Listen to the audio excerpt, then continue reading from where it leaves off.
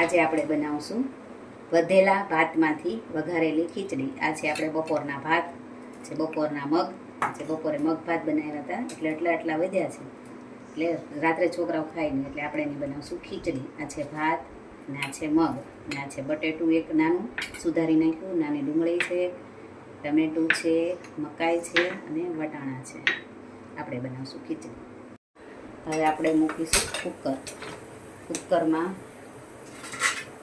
આપણે નાખીશું 1 ચમચા જેટલું તેલને ઘડીક તપવા દેશું. હવે આપણે તેલ થઈ ગયું છે, આમાં 1 ચમચી નાખશું રાઈ ચટકી જાય ત્યાં સુધી રહેવાનું.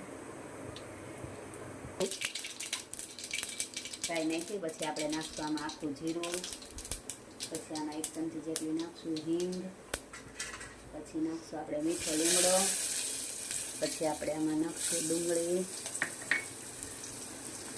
નાખશું આ બટેટું, પછી નાખશું ટમેટું, પછી નાખશું આમાં મકાઈ, નાખશું વટાણા, પછી આમાં આપણે નાખશું થોડુંક મીઠું, કેમ કે આપણે મગમાં એમાં મીઠું નાખેલું છે એટલે આમાં આપણે ઓછું મીઠું નાખીશું.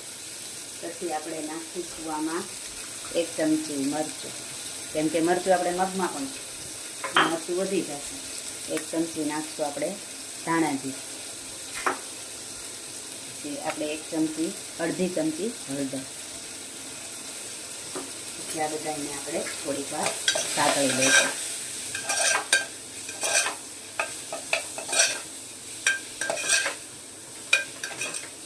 હવે આ આપણે સતવાઈ ગયું છે, જોવો છો તમે બરાબર. હવે આપણે આમાં નાખીશું ભાતને આપણે થોડાક તોડી દઈશું.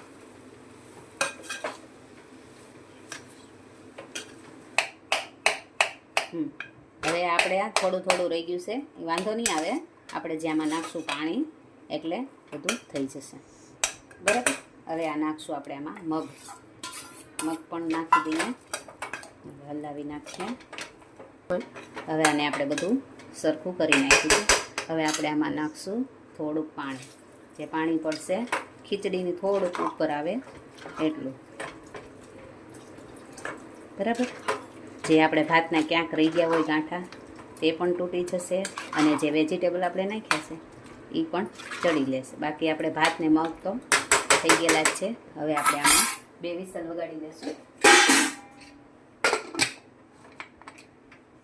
હવે આપણી ખીચડીની 2 વિસલ વાગી ગઈ છે અને ઉપર પણ આપણે કરવા દીધું છે.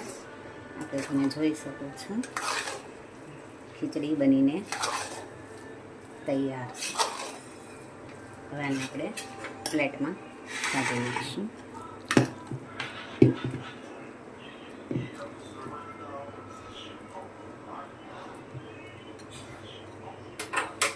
એની સાથે આપણે મૂકશું કઢી,